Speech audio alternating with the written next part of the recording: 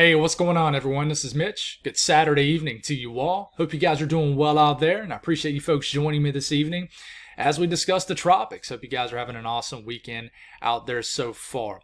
We have a lot to talk about in this video. We have Tropical Depression 10 now, which is that area of interest that we've been really talking to death over the last few days that we thought could become a threatening situation, and it looks like it's going to be one.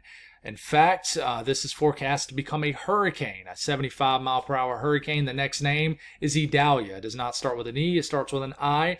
So the dreaded I name, okay? We had to deal with Ian last year. Southwest Florida knows all about that. We had to deal with Ida in 2021. Louisiana knows all about that. So seems like we've had some pretty brutal I name hurricanes over the last 20 years or so. So let's hope this is not a brutal one, but we're going to talk about some best case scenarios, some worst case scenarios. We're going to compare all the model guidance, the global models with the hurricane models. And then, of course, we're going to talk about what's going on right now, okay?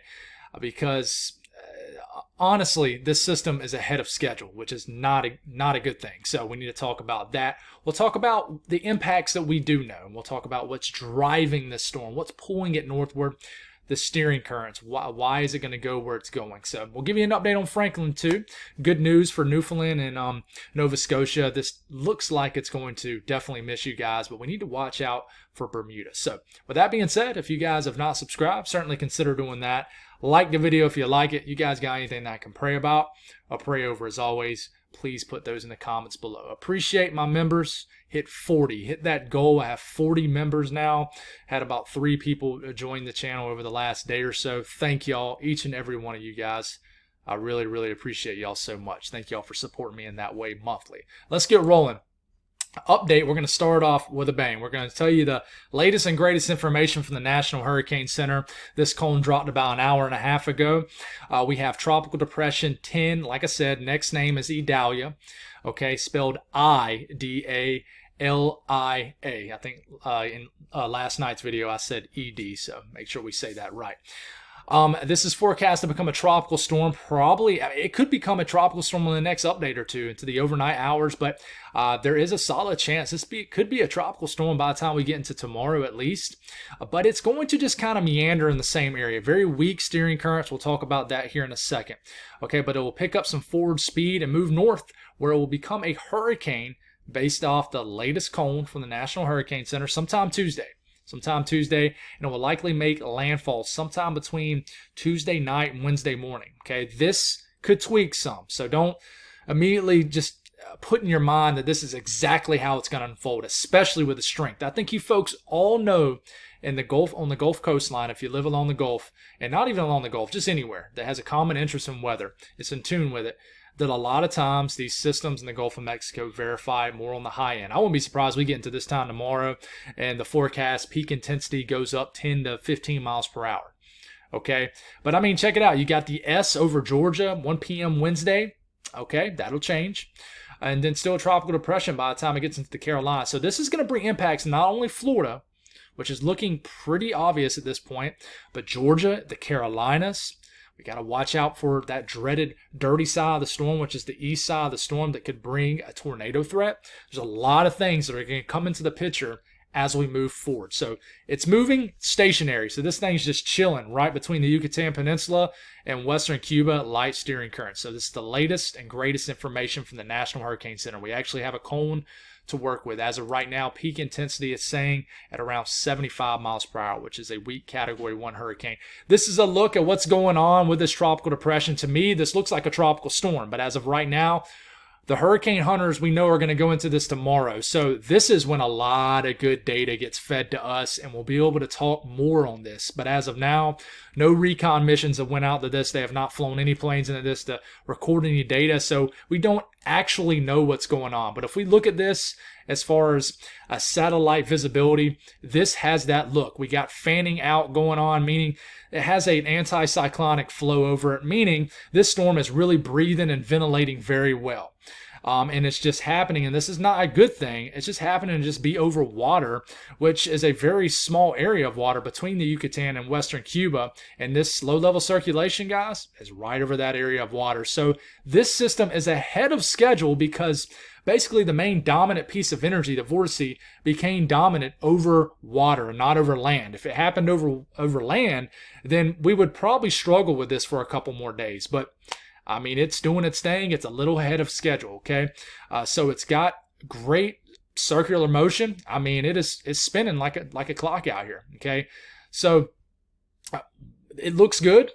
And most likely, I would not be surprised, like I said, as soon as these hurricane hunters get into this tomorrow, they upgrade this to a tropical storm Idalia. We'll see what happens.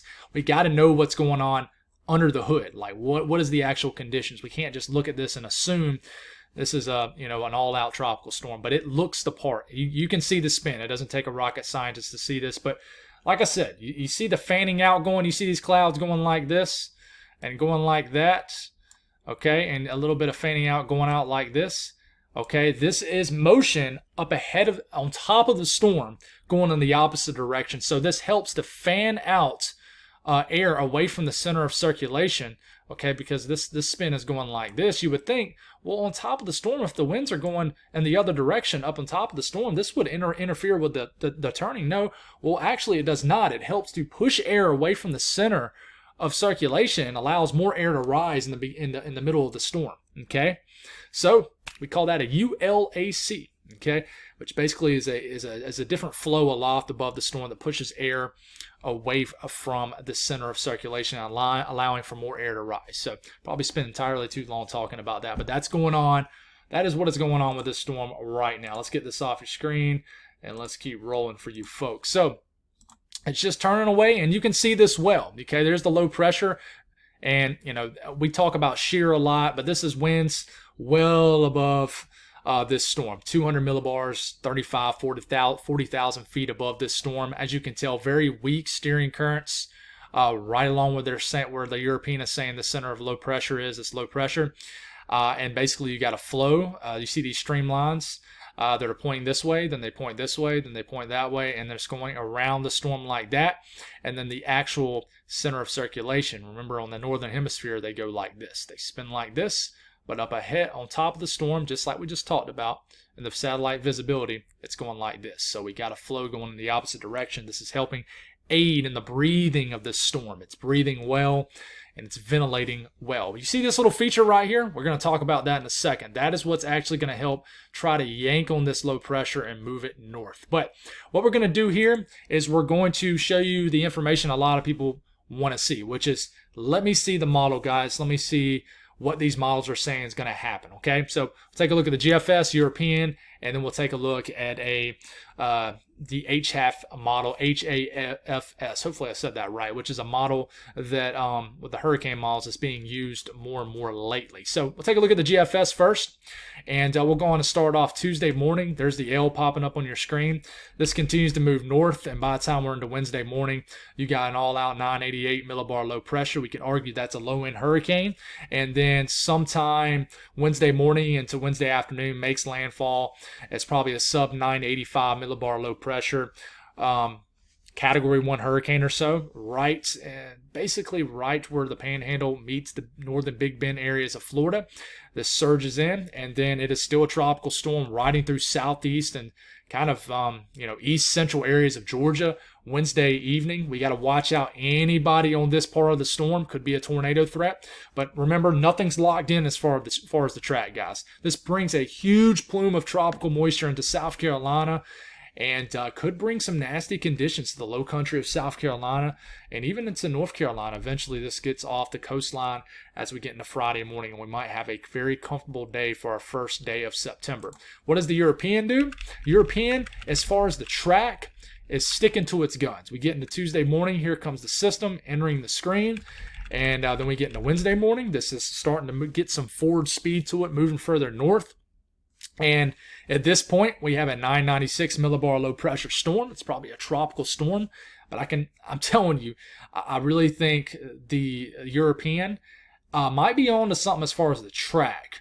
But as far as the strength, I think the European is highly, highly underplaying the strength of this system. I really think this is going to be a stronger system than what the Europeans saying. I almost thought about not even showing it, but of course, you know, I think we need to still show it because the European is certainly the king of all models most of the time, but it does have a weak bias in these situations. But it makes landfall as around a tropical storm, weak, very weak hurricane, right into the Big Bend areas of Florida, which is where the National Hurricane Center likes this area to be. If we go back and look at the cone of uncertainty, really, well, I would say it likes the GFS a little bit more, but, you know, I would say it's more so. But remember, we don't view it as right where landfall is going to be. That's the reason why this is wide. It's from here to here. That's because it can make landfall anywhere from way over here to all the way to Tampa Bay. Okay, so that's why you guys, I'm sure this will narrow out here in the coming days. But as of now, it's like in that northern Big Bend area, kind of the Panhandle of Florida region right now. So go back to the European. This makes landfall, takes more of an easterly track, but still rides through southeast Georgia, affects the low country, coastal regions of South Carolina, all the way up into Wilmington as we are getting into Thursday evening. So I really think, you know, Georgia could have a nasty late night. And then as we're waking up Thursday, it could get very active in sections of South Carolina and North Carolina. But this is our worst case scenario. Okay, this is the HAF model. I believe that's the way you say it. A lot of times I just say HAFSB model, but this is a global model that a lot of is gaining some respect. This is one that it's looked at a lot as far as the hurricane models. And we'll start this off Monday morning, August the 28th. Notice it's still chilling in the same region. If you don't know where we're at, this is the Yucatan, this is Western Cuba. But look at this. This is what it's predicting the radar is going to look like with this. So this finally begins to pick up some forward speed. It's starting to move north. Okay, we're getting to Monday afternoon. You're already seeing some outer bands in southwest areas of Florida. Then we're getting into Tuesday morning. Some outer bands could be lashing the Tampa Bay, Sarasota region. Okay, but this is still way off the coast. So I'm really, as of now, I don't think this is going to impact Southwest Florida or Tampa Bay or anything like that. That could change. But I really think it's going to hit north of you guys. But you stop it right here. This is Tuesday morning, okay? This looks like a hurricane just basing off what it's trying to say the radar is going to look like. And in fact, you look at the surface pressure. What does it say? It's a 9, I believe that's a 953 millibar low pressure hurricane. Okay, I would argue that's a strong Category 2 hurricane. So these hurricane models are scary. I'm not going to lie. It's definitely something that's very concerning. And this is a real possibility. I'm not saying it's a high possibility this will verify, but it is a real one. Just because what we do know about Tropical Depression 10, it's ahead of schedule right now because it organized over that area of water. So the hurricane models are starting to latch on to a stronger scenario. And we definitely got to watch the global models to see if they catch on to that too. So we go back and look at the predicted radar, and you keep this moving north. We're going to have to get this back in motion again. And it fast forwarded big time. We start to get into Tuesday evening. And I mean, this is much faster too. This says it's going to make landfall sometime Tuesday right before midnight, Tuesday night into Wednesday morning. Makes landfall in this portion of the Panhandle of Florida right here. And yeah, this would be a pretty strong hurricane. We look at the pressure on landfall. It's making landfall is a 935 millibar hurricane. I would argue that's a major hurricane at this point, possibly. Okay, so and a lot of hurricane models are showing this. Okay, they're going all in on the worst case scenario, and I think I'm not going to sit here and say that's not going to happen. I think there is a possibility this could happen, and we know it's happened before, right? You go back and look at Michael. Michael was a big storm where it's a great analog as far as what the cone looked like when Michael was in about the same area that future Idalia is right now. Okay, and it was just forecast to make landfall in the Panhandle of Florida as a Category 1 hurricane. We all know what Michael ended up doing to the Panhandle of Florida. There's still forest in the Panhandle of Florida. There it still looks shredded from Michael. Ended up making landfall as a Category 5 hurricane. We all know the rest is history. So we need to pay attention to these hurricane models too. We can't just throw them out just because they show the worst case scenario. I think in this case, it is a possible scenario. Okay, not trying to freak anybody out, but we need to watch. So let's talk about what's steering this. And, I'm going to keep talking about this, even though this is probably the part of the video where a lot of people's like, it's probably just not as interesting. But we need to talk about why, one, it's just chilling in the same area, and two, why is it going to get dragged northeast potentially and not maybe towards Texas or Louisiana. So we'll start this around Monday morning. You see this little feature coming down right here? This is a little kind of upper trough, shortwave trough digging down. At the same time, you got a approaching cold front in the lower 48 diving down, going to bring some pleasant weather to areas of the country next week. This area right here, which is likely going to be Idalia at this point Monday, starts to feel this flow that you see right into here. Okay, you see these little streamlines right here, these little arrows. So this is digging down, and there's a flow that supports this being picked up, which is our system that we're talking about, and starts heading in and fills that flow. You see these little arrows right here?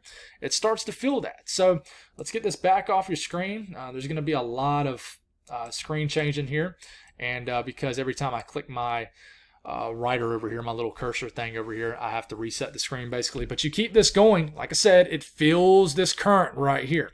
Okay, this little current's probably going to have some dry air to it too. So this might limit, there's a possibility that scenario could happen, could limit the development. You're also going to deal with a little bit of shear just because you got an approaching cold front. So it fills this little avenue, and then the cold front drops down and just flat out fills the cold front. Okay, so you see this huge trough. You see all this blue up here, a lot of shear. This is our cold front, our jet stream, our jet basically digging down. It fills this, and you see the little arrows pointing north. It's filling that. This is classic in the tropics. Cold front moves down and picks up a system and then pushes it out, but it just doesn't do it in time. So this begins to fill this, gets basically picked up by the trough, and next thing you know it, this is heading into Florida. Whether it's the Big Bend region of Florida or the Panhandle of Florida, we're not sure. And this continues to get picked up and then gets kind of slingshotted back out into the Atlantic. Might do it this way. Depending on the timing of the trough, this could come a little bit further in, maybe affect Atlanta, the Greenville, Spartanburg, the Southern Apps region. That's what we got to watch. Okay, so that's kind of what's driving this, right? Digging down upper trough and the cold front. We'll get this back off the screen. If you're wondering about strengthening, well, I mean, what we do know is there is a little bit of dry air, probably going to be a little drier in the Gulf of Mexico, this little upper trough. But another thing we know is there's rocket fuel as far as sea surface temperatures in the Gulf of Mexico. So I know this isn't Celsius, but 30 to 31 degrees Celsius, the Fahrenheit's in the mid to upper 80s. So, I mean, we don't even have to talk about this much. We know that, temperatures as far as the ocean temperatures, totally supportive for tropical development, and not just development, but it's supportive for rapid strengthening too, depending on all the other factors. All right. So we talk about the impacts, and we only can talk about what we do know, right? Latest National Hurricane Center update is saying that you guys could start to see tropical storm force winds maybe as early as Tuesday morning. Okay, up here in Georgia, Tuesday night, South Carolina, maybe Wednesday morning. Okay, but this is going to tweak some. It really is. So don't look at this and just immediately never come back and get an update, because you're definitely going to be caught off guard if that's the case. What we also can look at is rain. I know a lot of people are saying, Mitch, can you show me winds? Guys, this could either be, I'm not going to lie, this could either just be a tropical storm, or it could be a Category 3-4 hurricane. Okay, that's the low end, that's the high end. I really think it varies that much. You might be saying, Mitch, I don't think it's going to get that strong. Well, I mean, that's cool. And I'm hoping you're right. But I don't see a reason why we should just totally throw out the worst case scenario. I really don't. Okay, so this is rainfall between now and next Saturday morning, and as you can tell, huge with any tropical system brings a lot of rain. So I expect this to increase.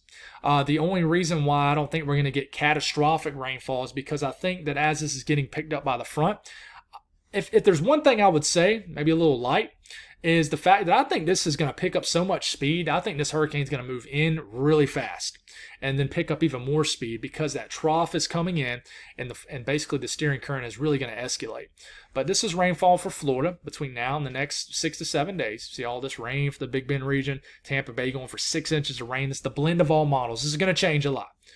But this is what we know. A lot of rain. Find your area. That's how much rain it's saying over the next 7 days. So if you need the rain, you're going to get it. Carolinas, I mean, I've gotten about a 1/4 inch of rain here in about the last 2 to 3 weeks. It's getting pretty dry. If you're missing the storms today, if you miss the storms tomorrow, because I think it's going to be very stormy in the Carolinas tomorrow, don't worry, because this tropical moisture is going to come in. You're going to get a lot of rain. So this is rainfall between now and the next 6-7 days for the Carolinas, areas of Georgia. A lot of rain. Georgia up to Virginia. A lot of rain, Carolinas in between. So several inches of rain is possible. So that's the update on future Idalia.